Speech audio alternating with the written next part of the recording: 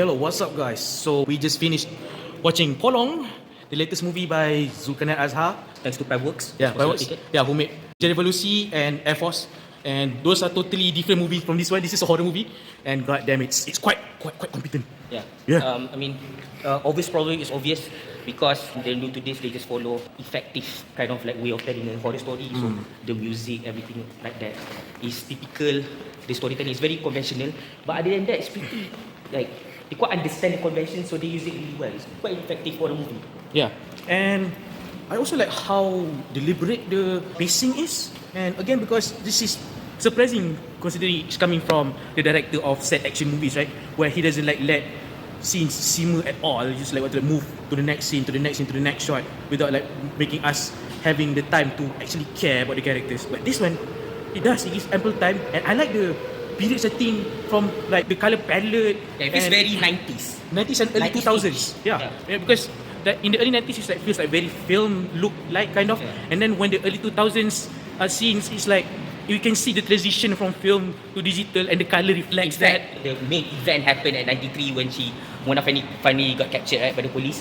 So it kind of makes sense that we want to go with the 90s feel instead of the early 2000s. Yeah, and also like I like how very almost accurate what I remember from the early 2000s, the conversations, the references of like MIRC, like stupid fighting The games. conversations are very natural. Yeah, I like that part, and also I think even on the horror part, it's like quite scary when it's there. Yeah, but the problem is the sound. The sound is Oh, yeah, there's one that. scene where the music gets loud and suddenly it's quiet, so you know somebody's gonna do something, someone's gonna touch. Yeah, even when I expect that, at that scene in particular, I'm already very offended because I already am not scared.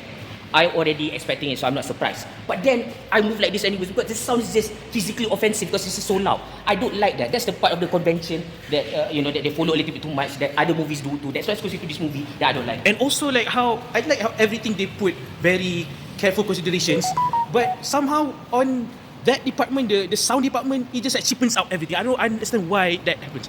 Yeah, the placement of stuff, right? For example, they decided to show another side of Mona Fendi that is more human, and the human feels very human, and the not so human things they feel very not so human. I like the distinction. Whereas other movies always make these things do stuff for them, this movie decided to show that if things needed to be done physically, a human would do it. I like that. Yeah, and I think those little things deterring it from making a great horror film so far this year, and it's unlike this shit movie that everybody says that I watched from the same distributor. This is not it. This is great. I give this movie an 8 out of 10. How about you? 7.4 out of 10 for me. Yeah, go watch it on the 28th of May. Yeah, give it a chance. This is something pretty nice. I think if you just want to see a effective horror movie, you will like this.